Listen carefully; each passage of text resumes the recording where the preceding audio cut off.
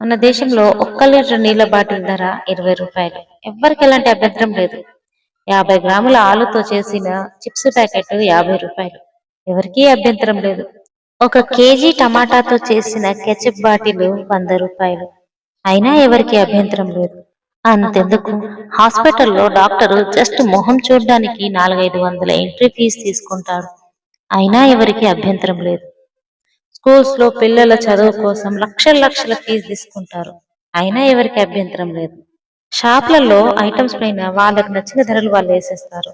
అయినా ఎవరికి అభ్యంతరం లేదు.